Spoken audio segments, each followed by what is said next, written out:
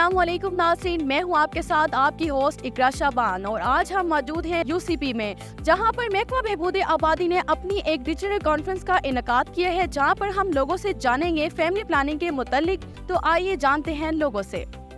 السلام علیکم۔ جی وعلیکم السلام۔ آپ کا نام؟ ڈاکٹر فواد بیگ۔ جی سر، کیا کرتے ہیں؟ میں ڈین ہوں، faculty of media and mass communication, University of Central Punjab. Family planning سے متعلق لوگوں میں اویئرنیس حاصل کرنے کے لیے ڈیجیٹل میڈیا کتنا افیکٹو ثابت ہو سکتا ہے؟ اچھا، ایسا ہے کہ اس وقت اگر ہم انٹرنیٹ اور سوشل میڈیا کی پینیٹریشن کی اگر بات کریں پاکستانی سوسائٹی میں، تو اس وقت اراؤنڈ 37% پیپل جو ہیں پاکستان کے اندر وہ they are using internet, and around 30% people are using different social media platforms. So یہ پینیٹریشن جو ہے ہماری سوسائٹی میں بہت زیادہ نہیں ہے، بٹ اس کے جو ہے یہ امپیکٹ ضرور ہے، خاص طور پہ اربن ایریاز کے اندر۔ جو رورل ایریاز ہیں اس میں بھی لوگ سوشل میڈیا یوز کر رہے ہیں، تو ہم اس کو اگنور نہیں کر سکتے۔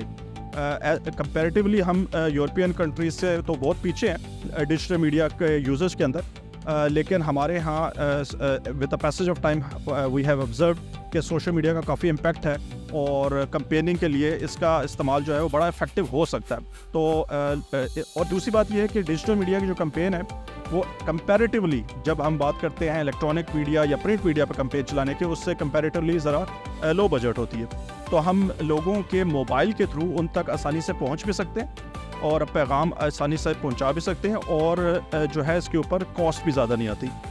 جیسے کہ آپ کو پتہ ہے پاکستان کے حالات کا وسائل ہمارے بہت زیادہ کم ہو گئے ہیں، تو وسائل اور آبادی میں توازن ہم کیسے قائم کر سکتے ہیں؟ دیکھیں، اس کے لیے لوگوں کو سینسٹائز کرنے کی ضرورت ہے، اور لوگوں میں اویئرنیس پیدا کرنے کی ضرورت ہے، اچھی جو ہے کمپینز کو ڈیزائن کرنے کی ضرورت ہے، تاکہ لوگوں کو موٹیویٹ کیا جا سکے، لوگوں کو کنونس کیا جا سکے اس انتہائی ایک امپورٹنٹ ایشو کے حوالے سے۔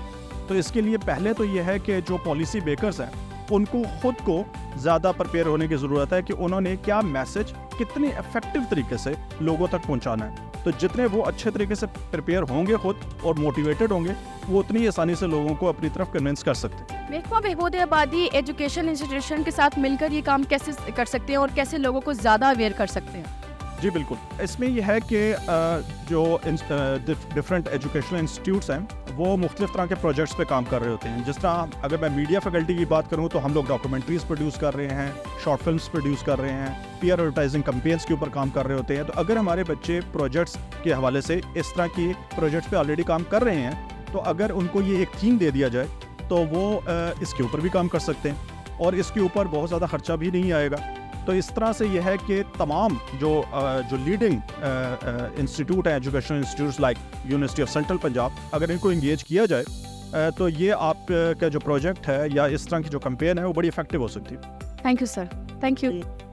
السلام علیکم۔ وعلیکم السلام۔ آپ کا نام؟ I am professor doctor Rubina Zakir, I'm director of institute of social and culture studies Punjab university. اچھا، آج ہم ایک سیمینار میں موجود ہیں جہاں پہ ہم فیملی پلاننگ کی کمپینس کے بارے میں بات کر رہے ہیں اور فیملی پلاننگ کو ریڈیوس کرنے کے بارے میں بات کر رہے ہیں۔ تو اسی حوالے سے آپ سے ایک سوال کریں گے کہ آج کل پاکستان کے حالات کو دیکھتے ہوئے آبادی اور وسائل اور آبادی میں توازن کتنا ضروری ہے؟ دیکھیں، کسی بھی ملک کی جو ترقی کا راز یہ ہے کہ اس کے جو سوشل انڈیکیٹرز ہیں وہ بہت بہتر ہونے چاہیے، اور اس میں سوشل انڈیکیٹرز میں سب سے امپورٹنٹ آتی ہے ماں اور بچے کی صحت۔ اگر ہم اپنی پاپولیشن کو کنٹرول کرتے ہیں اور ہماری مائیں جو ہے زیادہ اسپیس کے ساتھ کم فریکوینسی کے ساتھ پریگننسیز لیتی ہیں، تو اس کا مطلب ہے ہم اسی صورت میں اپنے بچوں کی صحت کو بھی اور ماں کی صحت کو بھی بہتر کر سکتے ہیں اگر وہ اپنی فیملی کو پلان کریں شروع سے ہی۔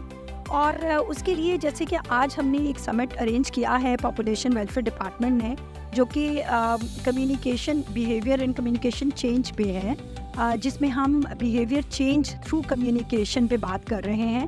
تو بیہیویئر چینج جو ہے وہ سب سے مشکل ترین، جو آپ کہہ سکتے ہیں it's a very challenging task, because کہ اس کے پیچھے بہت سارے ڈیپلی انٹرینڈ ایٹیٹیوڈس ہیں، ان کی نالج ہے، ان کی ٹریڈیشنل ان کے نارمس ہیں جو اس کے پیچھے ہوتے ہیں۔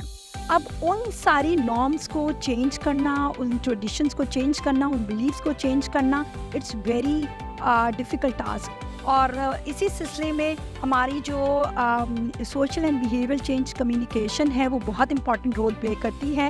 جو social and behaviour change communication strategies ہیں وہ ایک روڈ میپ کی طرح ہیں جو کہ